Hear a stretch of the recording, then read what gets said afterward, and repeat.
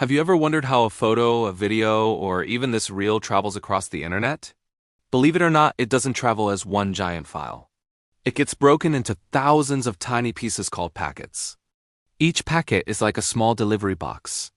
Inside, it carries part of your information along with important details such as where it came from, where it's going, and its position within the complete message. Instead of traveling together, packets can take completely different routes across the internet. Some arrive first, others arrive later, but they all keep moving toward the same destination as quickly as possible. When the packets reach the receiving device, they are checked for errors, placed back into the correct order, and reassembled into the original file.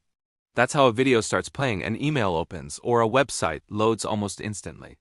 If one packet is damaged or never arrives, the network simply requests another copy instead of sending the entire file again. That's one of the reasons modern networks are so fast and reliable.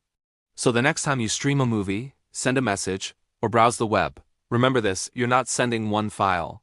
You're sending thousands of tiny packets working together. Packets are the building blocks of the internet. Small pieces, big communication.